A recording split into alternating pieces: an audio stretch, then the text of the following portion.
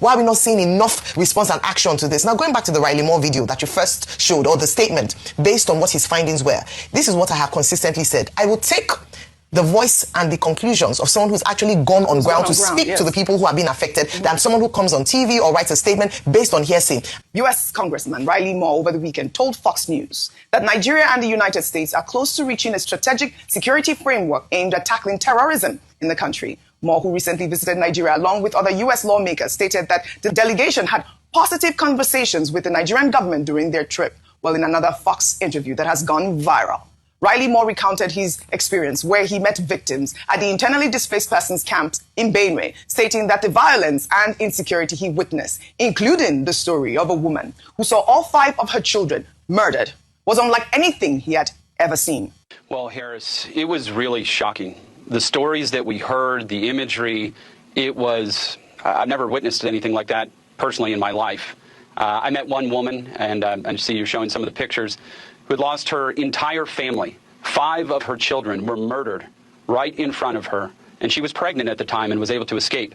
She had that child at an internally displaced camp, and I mean, you could just see that her soul had literally left her body. And there are countless stories like this. Another woman was attacked, her family was attacked, she lost her husband, her 2 daughters, and they murdered her unborn child. These Islamic terrorists murdered her unborn child and took it right out of her.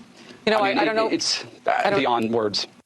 Well, Ayo, we know that the congressman has been vocal about claims of Christian persecution in Nigeria, and in November introduced a resolution in the U.S. House of Representatives supporting Trump's designation of Nigeria as a country of particular concern. I believe even on Friday I took just the actual story where he, went into the IDP camps, detailing that about 600,000 Christians had been killed in Benue State alone. But it's good to see that, he also granted that interview with Fox News saying that there is going to be, a huge collaboration with the United States government and the Nigerian government after he has submitted his fact-finding report. Before I come to you, meanwhile, terrorists struck another church in Kogi State, killing 1 person and abducting over 20 worshippers over the weekend in the second major attack on places of worship in the area within 2 weeks. The attackers stormed the first ECWA church in Ayetorokiri, Kababunu local government area on Sunday, December 14th, firing sporadically during an ongoing worship session. Well, according to Daily Trust, 1 person identified as JJ was killed during the assault, while at least 20 worshippers were seized by the attackers who escaped through nearby bush paths.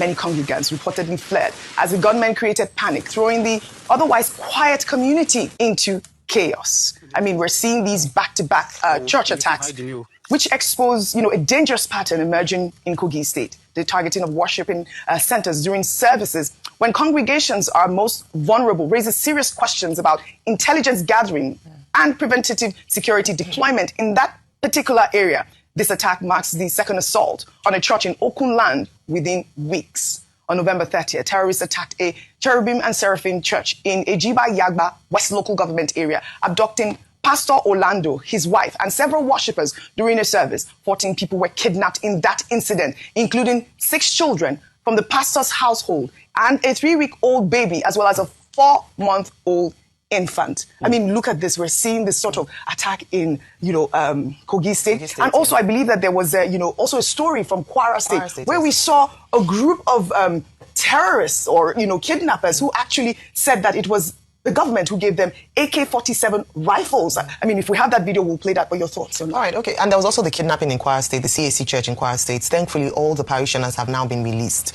But there is, and you mentioned something about intelligence in Kogi State. They are aware of the hotspots in these areas. I think the challenge is where intelligence meets action, or intelligence actually does what it's meant to do, which is to provide information in order to either prevent situations like this or be able to act. We've said it repeatedly, Oji, that as long as there are no arrests, when we see rescue operations, as long as there's no one who is being persecuted, it means that these criminals still have an opportunity to unleash another day. And the question we raised last week was, where would be the next target, or who would be the next target? Now, we don't know whether or not these bandits or criminals or kidnappers are the same people who worked in the last operation, but we can make assumptions based on their style of operation, which is attacking a church while in session, kidnapping them, and then demanding for ransom. So there's an industry there that has not been tackled, and we haven't seen any arrests, meaning that these criminals are still at large, and that's quite unfortunate.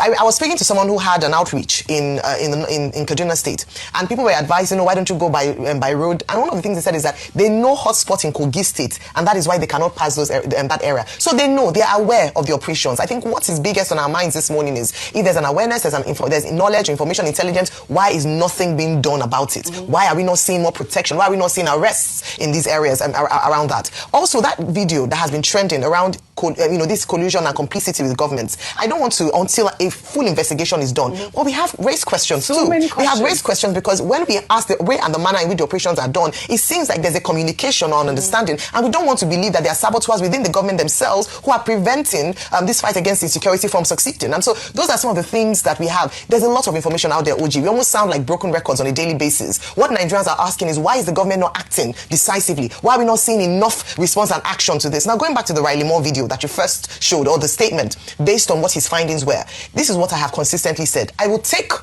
the voice and the conclusions of someone who's actually gone on ground to speak to the people who have been affected than someone who comes on TV or writes a statement based on hearsay. For those who are saying, oh, it's a general security issue. You can face discrimination as a woman. And we talk about this when I was in the UK and I was part of the student union. You can face discrimination as a woman, but you can face double discrimination as a black woman. Yeah. You can face insecurity as a Nigerian, but you can face double insecurity and targeted killings as a Christian living in Nigeria. It doesn't mean that we don't have insecurity largely. So let's not diminish or invalidate the realities of people who are on ground. We know many people who have faced this. What we are calling for the government to do is not blame game. It's not you versus this Christian. No, it is do something about it. Fix the problem. Yeah. Stop arguing. Fix the problem. Fix the issue. Christians have been crying for a long time. Nigerians have been crying for a long time. Let's stop denying. Let's stop arguing. I'm even tired of asking the question.